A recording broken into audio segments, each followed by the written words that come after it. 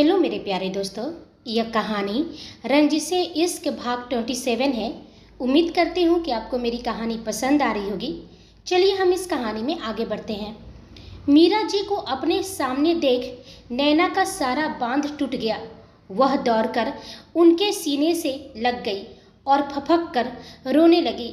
अगस्त वहीं दूर खड़ा पत्थर की मूरत बना यह सब देख रहा था। उसके चेहरे पर कोई सिकन नहीं थी, जैसे वो जानता था कि यही सब होने वाला है। बड़ी माँ, नैना ने कांपती आवाज़ से कहा, आप यहाँ इस वक्त? देखिए ना, अगस्त क्या बोल रहा है। क्या सच में दादाजी ने टेंडर के लिए वो शादी तय की थी? और यह छोटू कौन है? मृत्युंजय का हमारे परिवार से क्या रिश्ता है? वो हम सबसे इतनी नफरत क्यों करता है? नैना ने एक ही सांस में इतने सारे सवाल पूछ लिए थे। मीरा जी ने प्यार से उसके सिर पर हाथ रखा और उसे धीरे से खुद से अलग करते हुए पास पड़ी एक कुर्सी पर बैठा दिया। मेरी बच्ची, पहले शांत हो जाओ। एक साथ इतने सवाल मत पूछो। नहीं बड़ी माँ, अब मुझे शांत नहीं होना है। बहुत हो गया। मैं झूठ सुन सुनकर थक चुकी हूँ। हर कोई यही कहता है कि कुछ नहीं हुआ है, सब ठीक है, लेकिन मुझे हमेशा से लगता है कि आप सब मुझसे कुछ न कुछ छुपा रहे हैं। आज मुझे सच जानना है। अचानक बोलते बोलते नैना चुप हो गई। उसके मन में एक ख्याल आया, लेकिन बड़ी माँ, आप यहाँ कैसे आई? और आपको कैसे पता कि मैं यहाँ हूँ? मेरा मतलब है कि क्या आपको पहले से मालूम था कि मैं यहाँ आने वाली हूँ? यह सुनकर मीरा जी कुछ पल के लिए चुप हो गई। फिर उन्होंने धीरे से अपनी नज़रें उठाई और सामने खड़े अगस्त की ओर देखा। नैना ने जैसे ही मीरा जी की नज़रों को फॉलो किया जो अगस्त पर टिकी थी, यह देखकर उसकी भवें सिकुड़ गई और पूछी, आप दोनों एक दूसरे को पहले से जानते हैं? नैना के यह सवाल करते ही अगस्त और मीरा जी दोनों के मन में एक पुराना दृश्य ताज़ा हो गया। वह दिन उन्हें साफ साफ याद आ गया जब वो पहली बार मिले थे। शाम का धुंधलका ढल रहा था। मीरा जी शहर के प्राचीन मंदिर से दर्शन कर वापस लौट रही थी। अचानक सुनसान रास्ते पर उनकी गाड़ी ने जवाब दे दिया। वह बाहर खड़ी होकर चिंतित भाव से गाड़ी ठीक होने का इंतजार करी थी। तभी सड़क पर एक तेज रफ्तार काली कार आकर उनके ठीक सामने रुकी। कार का शीशा नीचे हुआ और अंदर से अगस्त ने उन्हें देखा। उन्हें इस तरह बीच सड़क पर परेशान देख अगस्त का दिल पसीज गया। वह बड़ी विनम्र भाव से कहा, जी माफ़ कीजिएगा, मैं देख रहा हूँ कि आप काफ़ी देर से यहाँ खड़ी है। क्या मैं आपकी कोई मदद कर सकता हूँ? मीरा जी ने कहा, नहीं बेटा, बहुत शुक्रिया। मेरी गाड़ी खराब हो गई है, बस ड्राइवर उसे ठीक करने की कोशिश कर रहा है, शायद थोड़ी देर में बन जाए। तभी ड्राइवर गाड़ी के बोनेट से सिर बाहर निकाल कर बोला, मालकिन, इसका इंजन पूरी तरह जाम हो गया है, इसे गैराज ले जाना होगा, यहाँ ठीक होना मुश्किल है। मीरा जी थोड़ा घबरा गई क्योंकि अंधेरा बढ़ रहा था और वह इलाका भी अनजान था। अगस्त ने बिना एक पल गवाए अपनी कार का दरवाज़ा खोला और बाहर आया और बोला, आंटी, इस वक्त यहाँ टैक्सी मिलना मुश्किल है। अगर आप मुझ पर भरोसा करें तो मैं आपको आपके घर तक छोड़ सकता हूँ। मैं भी इसी शहर का हूँ। मीरा जी ने पहले मना किया और अपना मोबाइल लेकर आगे बढ़ने लगी, लेकिन तभी अगस्त के एक सवाल ने उनके कदम वहीं जमा दिए। वह पूछा, जी क्या आप मीरा रघुवंशी है? मीरा जी छिटकी। उन्होंने मुड़कर अगस्त को देखा। उन्हें लगा कि एक रसूखदार खानदान की होने की वजह से शायद यह लड़का उन्हें पहचान गया होगा। उन्होंने मुस्कुराकर कहा, हाँ, पर तुम ये क्यों पूछ रहे हो? अगस्त गंभीरता से कहा, क्योंकि मैं आपसे कुछ बहुत ज़रूरी बात करना चाहता हूँ, अगर आपको एतराज़ ना हो तो। मीरा जी के चेहरे पर हैरानी के भाव आ गए। उन्होंने सख्ती से पूछा, जहाँ तक मैं जानती हूँ मैं तुम्हें नहीं पहचानती, फिर तुम मुझसे क्या बात करना चाहते हो? अगस्त ने गहरी सांस लेकर कहा, बात करते करते आप मेरे बारे में सब जान जाएंगी। प्लीज़ मैम, मुझे आपसे वाकई बहुत ही ज़रूरी बात करनी है। मीरा जी कुछ पल तक उससे देखती रही, जैसे उसके शब्दों के पीछे छिपा मतलब समझने की कोशिश कर रही हो। फिर उन्होंने अपने ड्राइवर से कहा, ड्राइवर, तुम गाड़ी को गैराज में छोड़ देना, मैं इनके साथ जा रही हूँ। यह कहते हुए वो अगस्त की कार में जाकर बैठ गई। वह जैसे ही उसकी कार में बैठी, उनके मन में हलचल मच चुकी थी। उन्होंने अपनी नज़रें उस पर टिकाई और पूछी, अब बोलो, तुम्हें क्या बात करनी है और तुम हो कौन? अगस्त ने शांत होकर स्टीयरिंग संभाला और कहा, मेरा नाम अगस्त है। आप मुझे शायद नहीं जानती हैं, लेकिन आप मृत्युंजय रनावत को तो अच्छे से पहचानती होंगी। यह नाम सुनते ही मीरा जी का शरीर सुन्न पड़ गया। उनकी मुठ्ठियां कार के दरवाजे पर कस गई और आंखों में पुराने जख्म आंसू बनकर उभर आए। वह कांपती आवाज में बोली, गाड़ी रोको, मुझे उतरना है, मैं टैक्सी कर लूँगी। अगस्त ने धीरे से गाड़ी किनारे लगा दी। मीरा जी तुरंत कार से उतरी और तेज कदमों से सड़क पर चलने लगी। अगस्त भी बाहर आया और पीछे से आवाज दी, आपकी आंखों की यह नमी साफ बता रही कि आपको मृत्युंजय से आज भी हमदर्दी है। आखिर होगी भी क्यों नहीं। आप और मृत्युंजय की माँ रेखा आंटी सिर्फ अच्छी दोस्त ही नहीं, बल्कि दूर की रिश्तेदार भी थी। आप दोनों का मायका भी एक ही गांव में था, है ना? मीरा जी के कदम वहीं ठिठक गए। वे घबराकर अपनी नजरें इधर उधर दौड़ाने लगी, जैसे उस सच से भाग रही हो जिसे वो 20 सालों से अपने सीने में दबाए बैठी थी। मीरा जी ने कहा, देखो बेटा, मुझे कुछ नहीं मालूम, तुम मुझे परेशान कर रहे हो। अगस्त ने उनके पास आते हुए कहा, माफ़ कीजिएगा मैम, अगर आपको परेशानी हो रही है, लेकिन आप 20 सालों से अपनी ही परछाई से भाग रही हैं। जब आप इतने बड़े सच से भाग सकती है तो मेरे सवाल तो बहुत छोटे हैं। आपको मालूम है, एमजे आपकी बहुत इज्जत करता है। आज भी अगर वो अपने परिवार के बाद किसी पर सबसे ज़्यादा भरोसा करता है तो वह सिर्फ आप है। उसकी नज़रों में रघुवंशी परिवार में अगर कोई गुनहगार नहीं है तो वो सिर्फ आप है, बाकी सब तो उसके लिए पापी है। अगस्त की बातें सुनकर मीरा जी की आंखों से आंसू छलक पड़े।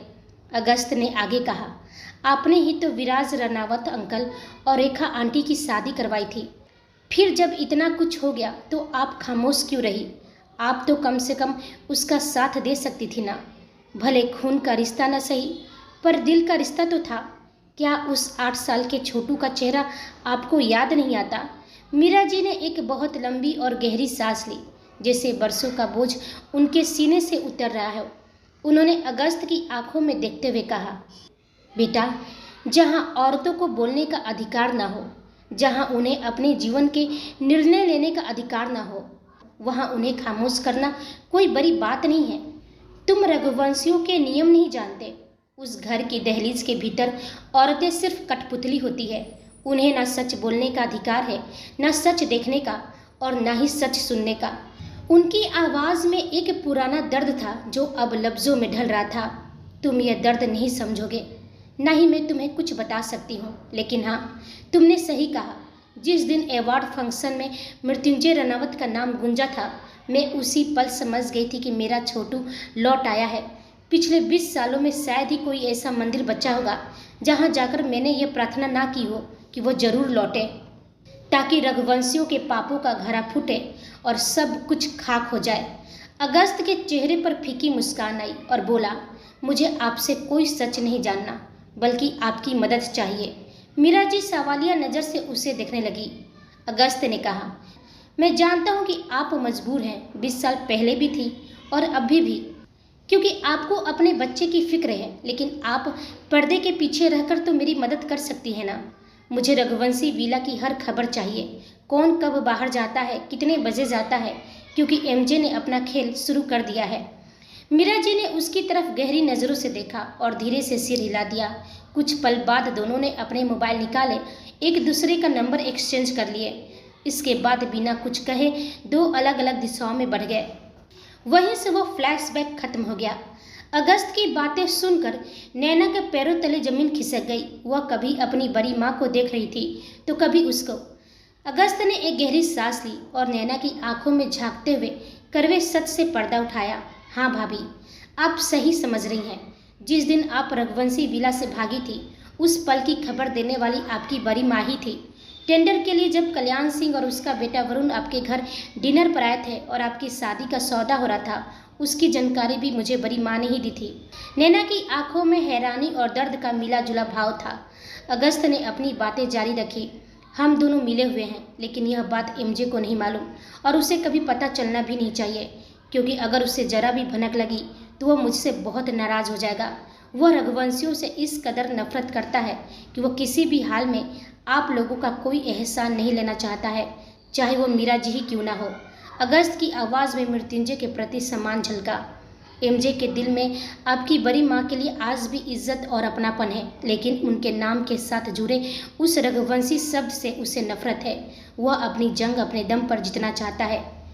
भाभी, जब आप हॉस्पिटल में आई और बेसुध होकर एमजे को देख रही थी, उसी पल मैंने मीरा जी को मैसेज कर दिया था। मुझे मालूम था कि अब सच बताने का वक्त आ गया है।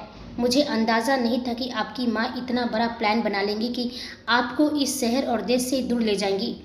नैना की आंखों में हैरानी और गुस्से का सैलाब था। वह मीरा जी की तरफ मुड़ी तो मीरा जी रूंधे गले से बोली, हाँ नैना, मैं त्रिशा को अच्छी तरह जानती हूँ।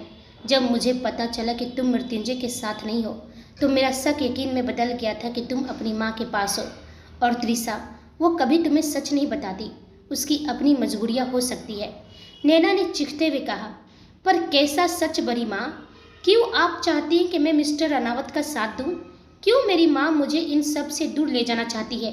और मेरे अपने दादाजी मेरे जान के दुश्मन सिर्फ इसलिए बन गए क्योंकि मैंने मृत्युंजय से शादी की? ऐसा कौन सा राज है जिसके लिए इतनी बड़ी साजिशें हो रही है? प्लीज़ आज आप चुप मत रहिए, वरना मैं घुट घुट कर मर जाऊंगी। कौन है ये छोटू और कौन है ये मृत्युंजय रानावत? मीरा जी ने गहरी सांस लेकर बोली, मृत्युंजय से तेरा रिश्ता बहुत गहरा है नैना, बहुत ही गहरा, क्योंकि मृत्युंजय ही छोटू है। सुनते ही नैना अवाक रह गई, उसके कदम लड़खड़ा गए। क्या? मीरा जी ने एक लंबी सांस ली और नैना का हाथ थामते हुए कहना शुरू किया, नैना, यह कहानी तब शुरू हुई थी जब तुम्हारे बड़े पापा त्रिशा और विराज भाई अपनी पढ़ाई पूरी कर रहे थे। उस समय पूरे भोपाल में रघुवंशी का बहुत बड़ा नाम हुआ करता था और रानावत परिवार हमेशा से रघुवंशियों का वफादार रहा था, जैसे किसी राजा और उसके सबसे भरोसेमंद मंत्री का रिश्ता होता है। नैना की आंखों में हैरानी थी। मीरा जी ने आगे कहा, विराज भाई वो एक बेहद नेक दिल और पढ़ाई में बहुत तेज इंसान थे। कॉलेज के दिनों में तुम्हारी माँ त्रिशा और तुम्हारे बड़े पापा भी उनके साथ थे, लेकिन टॉप हमेशा विराज भाई ही करते थे। मीरा जी की आवाज़ में एक पुरानी करवाहट उतर आई। यही वो पहली चिंगारी थी जो तुम्हारे दादाजी पृथ्वी रघुवंशी के सीने में खटकने लगी थी। उन्हें यह बर्दाश्त नहीं था कि एक वफादार का बेटा रघुवंशी से आगे निकल जाए। नैना ने धीमे से पूछा, मतलब दुश्मनी कॉलेज के दिनों से थी? मीरा जी ने कहा, दुश्मनी तो बाद में हुई, पहले ईर्ष्या थी। विराज भाई ने मेडिकल साइंस की पढ़ाई की, उन्होंने गरीबों का इलाज किया, समाज सेवा की, लोग उन्हें सम्मान से देखने लगे, इतना कि लोग कहने लगे कि उन्हें राजनीति में आना चाहिए। उनकी आंखों में एक पुरानी चमक आई। मीरा जी ने आगे कहा, और यही बात तुम्हारे दादाजी को आग की तरह चुभती थी। पृथ्वी रघुवंशी बिजनेस में तो सफल थे, लेकिन उन्हें पावर चाहिए था और पावर राजनीति से आती है। वो सरकार को अपने सामने झुकाना चाहते थे, क्योंकि पृथ्वी रघुवंशी किसी के आगे सर झुकाना अपनी तौहीन समझते थे। और जब कोई और उनसे पहले लोकप्रिय होने लगे तो उनसे यह सहा नहीं जाता था। मीरा जी की आंखों में एक पुरानी गर्माहट उतर आई। नैना, विराज भाई ने मुझे अपनी सगी बहन माना था। रेखा और मेरी दोस्ती इतनी गहरी थी कि मेरे कहने पर ही उन दोनों की शादी हुई। वो एक पल के लिए रुकी, जैसे उस दौर में लौट गई हो। विराज भाई ने रेखा के लिए वो रनावत मेंशन बनाया था। उस समय भले ही वो रघुवंशी विला जितना भव्य नहीं था, लेकिन उसकी नींव प्यार पर टिकी थी। फिर रेखा की पहली बेटी हुई, माही, बिल्कुल परी जैसी। मीरा जी के होठों पर एक फीकी मुस्कान आई और बोली, और फिर कुछ सालों बाद रेखा ने अपने दूसरे बच्चे को जन्म दिया, एक बेटे को, बिल्कुल अपने पिता की तरह तेज दिमाग और चेहरे पर एक अलग ही चमक। उन्होंने धीमे से कहा, इसलिए उसका नाम रखा गया मृत्युंजय। लेकिन माही उसे प्यार से छोटू बुलाती थी और धीरे धीरे हम सब उसे छोटू ही पुकारने लगे। मृत्युंजय नाम तो जैसे खो ही गया था। कमरे में एक भारी खामोशी पसर गई। नैना की आंखें भर आई। मीरा जी ने आगे कहा, उसी दौर में मेरा भी पहला बच्चा हुआ, सौर, और फिर बाद में वीर। जब भी हम सब मिलते, बच्चे साथ खेलते हंसते, पूरा घर खुशियों से भर जाता। मीरा जी की आवाज़ में थोड़ी नमी आ गई। वह बोली, त्रिशा की शादी के कई साल हो गए थे। हम तीनों की शादी लगभग आसपास ही हुई थी। पर वो माँ नहीं बन पा रही थी। वो अक्सर हमारे बच्चों के साथ समय बिताती थी। फिर वो दिल्ली चली गई। एक दिन उसने खबर दी कि वो माँ बनने वाली है। मीरा जी रुकी, लेकिन खुशियों के साथ एक बहुत गहरा सदमा भी आया। तुम्हारे जन्म के बाद तुम्हारे डैड सिद्धार्थ कपूर का कार एक्सीडेंट में निधन हो गया। यह सुनते ही नैना की आंखों से आंसू बहने लगे। उस वक्त त्रिशा को बहुत गहरा धक्का लगा था। हम सब दिल्ली जाना चाहते थे, लेकिन एक दिन वो खुद ही लौट आई। उन्होंने धीमे से कहा, उस वक्त तुम महज 10 दिन की होगी और मृत्युंजय करीब 3 साल का था। नैना चुपचाप सुन रही थी। मीरा जी ने आगे कहा, और जब पहली बार त्रिशा तुम्हें लेकर आई तो तुम्हें गोद में लेने वाला सबसे पहला बच्चा था मृत्युंजय। नैना ने कांपती आवाज में पूछा, क्या क्या मुझे सबसे पहले उसने ही गोद में उठाया था? मीरा जी ने हल्के से सिर हिलाया। हाँ, उसने तुम्हें ऐसे उठाया था नैना, जैसे तुम उसकी सबसे कीमती चीज हो। मीरा जी हल्का सा मुस्कुराई, पर उस मुस्कान में दर्द था। वह किसी को तुम्हारे पास आने ही नहीं देता था। वीर और सौर तुम्हें गोद में लेने की कोशिश करते, लेकिन मृत्युंजय उन्हें भी पास नहीं आने देता था। उसे लगता था कि अगर उसने तुम्हें छोड़ा तो तुम कहीं खो जाओगी। मीरा जी के चेहरे पर एक मीठी मुस्कान आई और वह आगे बोली, वह तुम्हें खाना खिलाता, झूला झुलाता, सब खुद करता। त्रिशा तो बेफिक्र हो गई थी। उसे मालूम था कि जब तक मृत्युंजय तुम्हारे पास है तुम्हें खरोच तक नहीं आएगी। अगस्त की आंखें भर आई। वह चुपचाप दीवार से टिक कर खड़ा हो गया। वहीं मीरा जी ने आगे कहा, जो मृत्युंजय सिर्फ माही को इस दुनिया में सबसे ज़्यादा प्यार करता था, पहली बार अपनी बहन माही के बाद वो तुम्हारे लिए प्रोटेक्टिव था। तुम उसके लिए सिर्फ एक बच्ची नहीं थी, तुम उसकी सबसे प्यारा खजाना थी। जानती हो, वो अपना खिलौना भी कभी किसी को नहीं छूने देता था, लेकिन तुम्हारे लिए, बस तुम्हारे लिए सब कुछ चुपचाप छोड़ देता था। नैना की आंखें भर आई। उसे विश्वास ही नहीं हो रहा था कि उनका रिश्ता इतना गहरा और पुराना है। मीरा जी ने एक गहरी सांस ली और आगे बोली, वक्त के साथ विराज भाई का नाम भी बड़ा होता गया और तुम्हारे दादाजी ने इसी मौके का फ़ायदा उठाया। उन्होंने विराज भाई को एक बड़ा ऑफर दिया, पैसा और लैब रघुवंशियों की और दिमाग विराज भाई का। नैना ने पूछा, और विराज अंकल मान गए? मीरा जी ने कहा, उन्होंने भरोसा किया क्योंकि वह उन्हें अपना परिवार मानते थे। मेडिकल साइंस में इतने बड़े स्तर पर काम करने के लिए बहुत पैसे की ज़रूरत होती है और आर्थिक रूप से वो इतने मजबूत नहीं थे। मीरा जी ने गहरी सांस ली और बोली, उसी दौरान माही, जो अब 15 साल की हो चुकी थी, किसी से मोहब्बत कर बैठी। नैना ने उत्सुकता और डर के साथ पूछी, कौन था वो बड़ी माँ? मीरा जी ने गहरी सांस ली और कांपते होठों से वो नाम लिया जो 20 साल से वर्जित था। वहीं दूसरी ओर रघुवंशी विला, पृथ्वी रघुवंशी का कमरा, हॉस्पिटल के शोर से दूर। रघुवंशी विला के सन्नाटे में पृथ्वी रघुवंशी अपनी भारी आवाज़ के साथ उठे। उनके जूतों की आहट उस खाली कमरे में गूंज रही थी। वह अपनी अलमारी के पीछे छिपे एक गुप्त दराज के पास पहुँचे और अपने कांपते हाथों से उन्होंने एक पुरानी पीली पड़ चुकी तस्वीर निकाली। उस तस्वीर में एक नौजवान लड़का खड़ा था, जिसकी आंखों में वही रघुवंशी घमंड था। वह अर्जुन था। पृथ्वी जी की उंगलियां उस तस्वीर पर ठिठक गई। उनकी आंखों में नमी तो थी, लेकिन वह नमी पश्चाताप की नहीं, बल्कि अपने उस अहंकार को खो जाने की थी जिसे वो सबसे ज़्यादा प्यार करते थे। वहीं हॉस्पिटल के कमरे में मीरा जी की बात सुनकर नैना अचानक चौंक गई। उसकी आंखें फैल गई। क्या? हमारे चाचा अर्जुन? अर्जुन रघुवंशी? मीरा जी आंखों में आंसू भरकर बोली, हाँ, पृथ्वी रघुवंशी का छोटा और सबसे लाडला बेटा था। रघुवंशी खानदान का वो चिराग जिसके लिए पृथ्वी रघुवंशी कोई भी हद तोड़ सकते थे। नैना की आंखें फटी की फटी रह गई। वह पूछी, हमारे चाचा? पर हमें कभी याद नहीं, किसी ने जिक्र तक नहीं किया। मीरा जी की आवाज़ भारी हो गई। कैसे याद होगा? क्योंकि उसकी यादें रघुवंशी परिवार से मिटा दी गई थी। तुम सब उस वक्त बहुत छोटे थे। जो यादें बची थी उन्हें भी तुम्हारे दादाजी ने वक्त के साथ दफन कर दिया। कमरे में सन्नाटा छा गया। अर्जुन दिखने में बहुत अच्छा था, लेकिन स्वभाव में बिल्कुल अपने पिता की परछाई। रघुवंशियों के आगे वो किसी को कुछ नहीं समझता था। घमंड इतना कि सांस लेने में भी रघुवंशी होने का एहसास दिखाता था। उन्होंने करावाहट से कहा, अर्जुन को माही में जरा भी दिलचस्पी नहीं थी। वजह यह नहीं था कि माही सुंदर नहीं थी, बल्कि इसलिए कि वह रनावत परिवार से थी।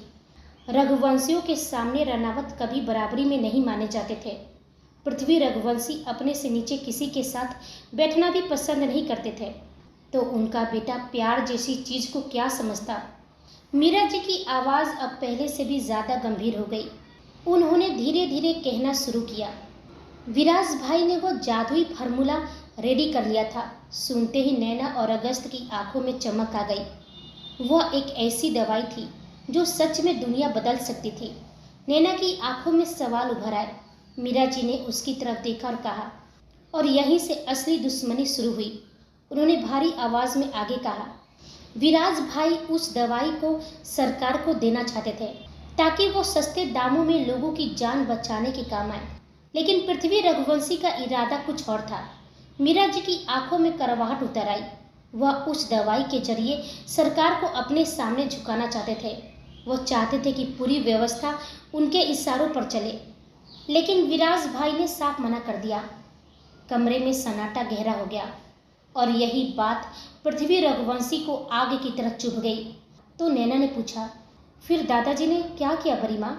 मीरा जी ने धीमे लेकिन ठंडे स्वर में कहा, वह जानते थे कि विराज भाई को सीधे दबाना आसान नहीं है, इसलिए उन्होंने एक चाल चली। नैना की सांसें जैसे अटक गई। मीरा जी ने कहा, उन्होंने सोचा, अगर माही का रिश्ता अर्जुन से तय कर दिया जाए तो अपनी बेटी की खुशी के लिए विराज भाई खुद वो फार्मूला उनके हाथ में सौंप देंगे। अगस्त अचानक बोल पड़ा, मतलब वह रिश्ता सिर्फ उस दवाई के लिए था? मीरा जी ने धीरे से सिर हिलाया। हाँ, उन्होंने आगे कहा, उस समय माही सिर्फ 15 साल की थी, इसलिए तय हुआ कि शादी तब होगी जब वो 18 साल की होगी, लेकिन सगाई अभी कर दी जाए।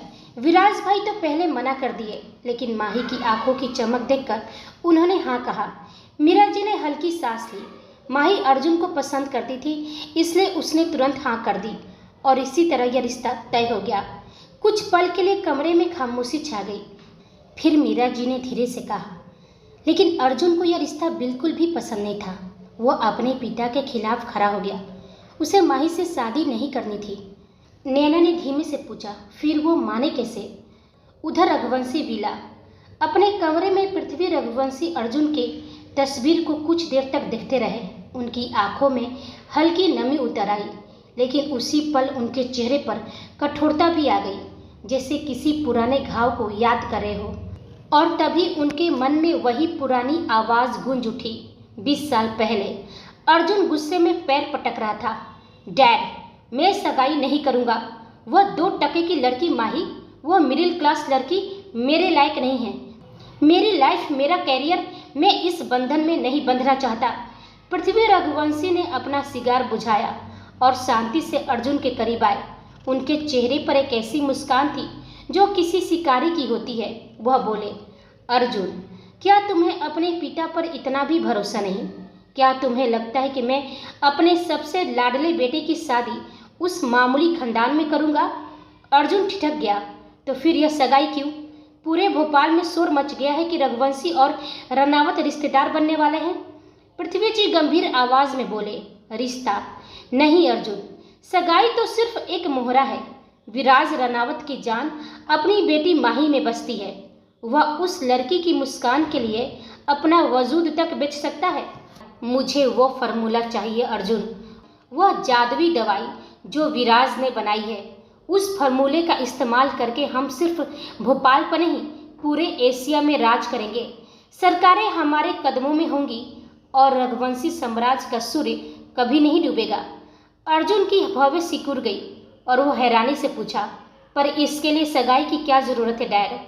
पृथ्वी रघुवंशी क्रूरता से हंसते हुए बोले, जरूरत है।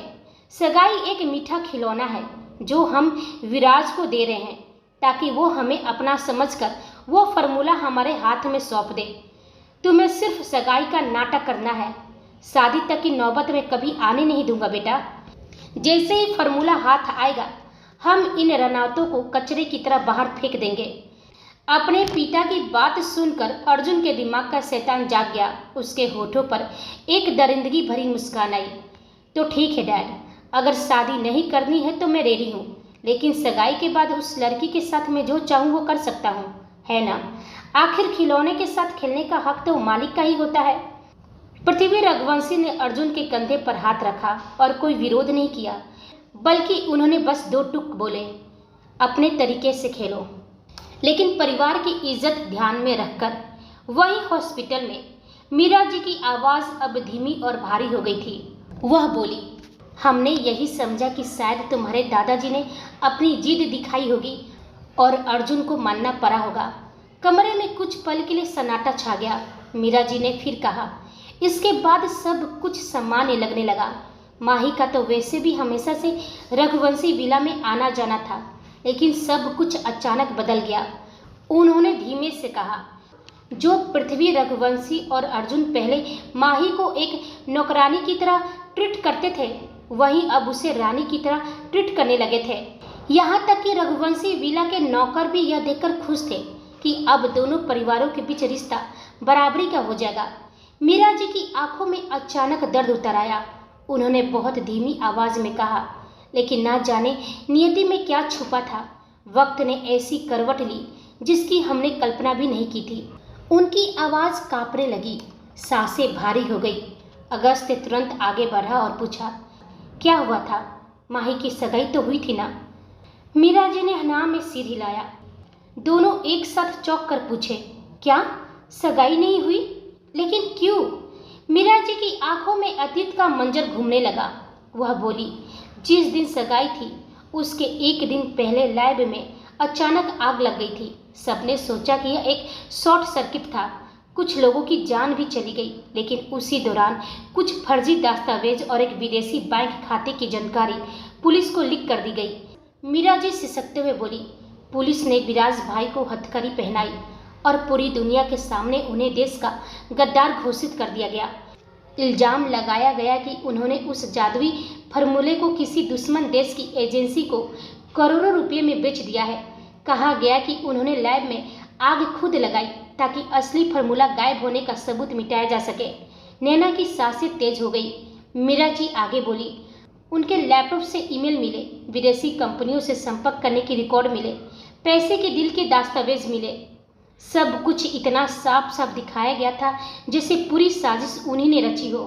उन्होंने दर्द से आंखें बंद कर ली। विराज भाई सफाई देते रहे, रोते रहे, कहते रहे कि उन्होंने ऐसा कुछ नहीं किया है, लेकिन कोई उनकी बात सुनने को रेडी नहीं था। मुकदमे शुरू हो गए, पूरी दुनिया उनके खिलाफ हो गई थी।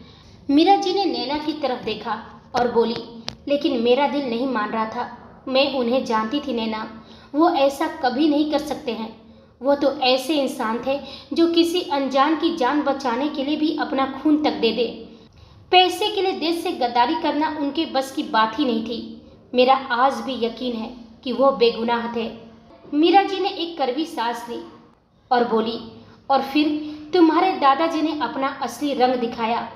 उन्होंने पूरी दुनिया के सामने ऐलान कर दिया कि रघुवंशी परिवार किसी देशद्रोही के घर की बेटी को अपनी बहू नहीं बनाएगा। उन्होंने सगाई तोड़ दी। उन्होंने समाज को यह दिखाया कि वह तो सच्चाई और देश के साथ खड़े हैं।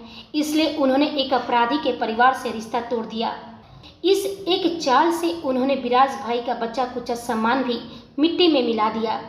वहीं रघुवंशी विला, पृथ्वी रघुवंशी उस तस्वीर को मेज पर रखते हुए उनके चेहरे पर एक कुटिल मुस्कान आई और वह खुद से बुदबुदाए, विराज, तुमने सोचा था कि तुम सगाई तोड़ोगे, मैंने वो बाजी ही पलट दी। दुनिया को आज भी यही लगता है कि मैंने तुझे लात मार कर निकाला था। तू जेल में अपनी बेगुनाही की दलीलें देते देते मर गया, पर किसी ने तेरी बात नहीं मानी। लेकिन लोग सच नहीं देखते विराज, लोग वह देखते हैं जो पृथ्वी रघुवंशी उन्हें दिखाता है। वो अपनी आंखें बंद कर लेते हैं। विराज की वह दहाड़ आज भी उनके कानों में किसी जलते हुए कोयले की तरह चुभ रही थी। अतीत का वो आखिरी टकराव 20 साल पहले। विराज रनावत जब पृथ्वी रघुवंशी के केबिन में दाखिल हुए तो उनके हाथ में सगाई का कार्ड नहीं, बल्कि पृथ्वी जी की साजिशों का कच्चा चिट्ठा था। पृथ्वी जी उन्हें देखते ही सहज स्वर में कहा, बैठो विराज, क्या बात है? विराज जी गुस्से से कांपते हुए, बैठने के लिए मत कहिए पृथ्वी जी, आज आपके चेहरे का यह नकाब उतर चुका है। खेल अच्छा खेला आपने। मुझे लगा था कि आप हमारे रिश्तों की कद्र करते हैं, लेकिन आप तो एक सौदागर निकले। पृथ्वी रघुवंशी ने बड़े इत्मीनान से अपनी कुर्सी के पीछे सिर टिकाया और एक ठंडी मुस्कान के साथ बोले, विराज, भावनाओं में बहना कमजोरों का काम है। बिजनेस में हर रिश्ता एक सीढ़ी होता है। विराज जी के चेहरे पर कड़वी मुस्कान आई और बोले, सीढ़ी? मेरी 15 साल की मासूम बेटी के जज्बात आपके लिए सीढ़ी है? सगाई के बहाने आप उस फॉर्मूले तक पहुंचना चाहते थे? मुझे शक तो पहले भी हुआ था जब आपने अचानक अर्जुन का हाथ मांगा, पर मैंने अपनी वफादारी के आगे उस शक को दबा दिया। लेकिन अब नहीं। विराज जी ने मेज पर हाथ मारकर कहा, अब यह सगाई नहीं होगी। मैं अपनी बेटी की जिंदगी किसी ऐसे घर में नहीं झोंकूंगा जहां इंसानियत की जगह सिर्फ लालच हो। और रही बात उस फॉर्मूले की, तो उसे भूल जाइए। वह मानवता की अमानत है, आपकी तिजोरी का नहीं। कल मैं खुद दिल्ली जाकर उसे सरकार को सौंप दूंगा। विराज जी के जाने के बाद पृथ्वी रघुवंशी के चेहरे पर वह भयानक शांति छा गई जो तूफान से पहले आती है। विराज, तूने फॉर्मूले देने से मना किया, कोई बात नहीं। तूने सगाई तोड़ने की बात की, कोई बात नहीं। लेकिन तूने मुझे अंगूठा दिखाया, यह पृथ्वी रघुवंशी कभी बर्दाश्त नहीं करेगा। उनकी आंखों में कुटिल चमक थी। वहीं हॉस्पिटल में मीरा जी ने कांपती आवाज में आगे कहना शुरू किया, विराज भाई जेल चले गए।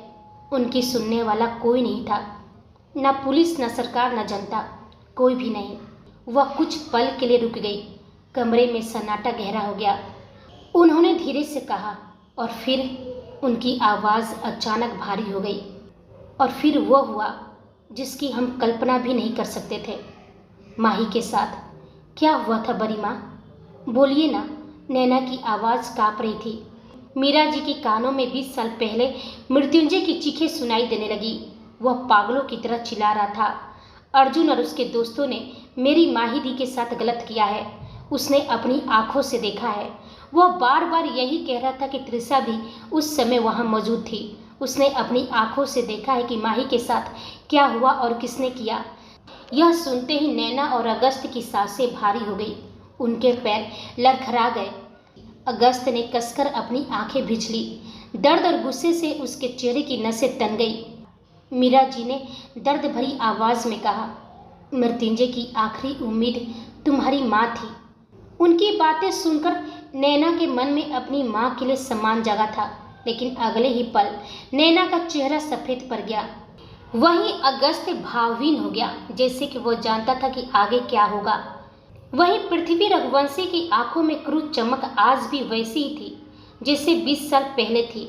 वह अतीत का मंजर उनके दिमाग में किसी फिल्म की तरह चल रहा था, जहां उन्होंने अपनी ही बेटी के वजूद को अपनी उंगलियों पर नचाया था।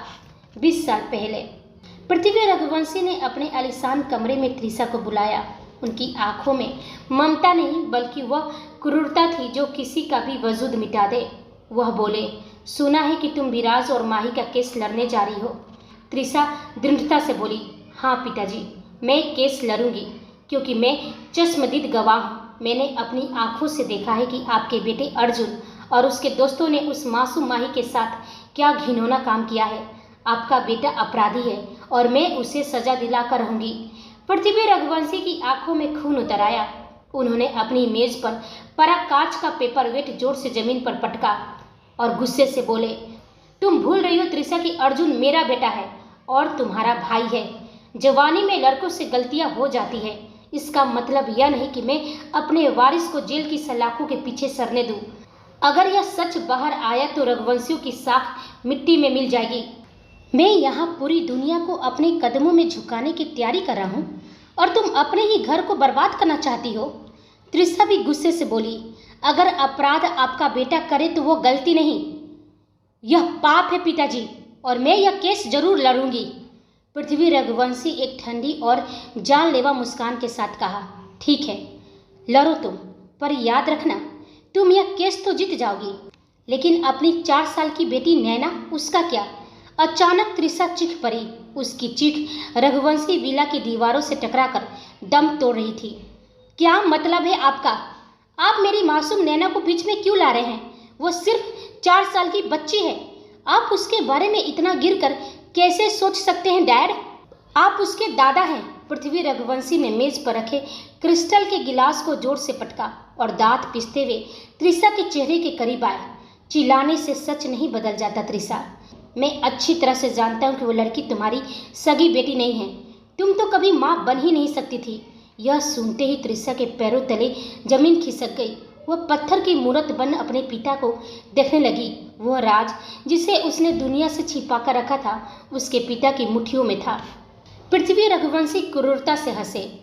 लेकिन अगर तुम चाहती हो कि यह सच दुनिया के सामने ना आए, खासकर तुम्हारी बेटी नैना के सामने, तो तुम वही करोगी जो मैं कहूँगा। याद रखना, सिद्धार्थ उसकी माँ को जिस दलदल से निकाल कर लाया था, यदि मैंने आज तुम्हारी नैना को उसी नरक में भेज दूँ तो तुम वहाँ से उसे कभी नहीं निकाल पाओगी। यहाँ तक कि तुम उसे देखने के लिए भी तरस जाओगी। त्रिशा की आंखों से बेतहाशा आंसू बहने लगे। उसकी आवाज़ काँप रही थी। डैड, मैं आपकी बेटी हूँ, वो आपकी पोती कहलाती है। पृथ्वी रघुवंशी दहाड़ते हुए, बेटी हो लेकिन वारिस नहीं हो। मेरे दोनों बेटे मेरे वारिस हैं और रणविजय से भी पहले मेरे लिए मेरा अर्जुन है। उसके लिए मैं कुछ भी कर सकता हूँ। मुझे फ़र्क नहीं पड़ता कि सामने तुम हो या वो 4 साल की बच्ची। कल अदालत में तुम गवाही दोगी, लेकिन मेरे और अर्जुन के पक्ष में।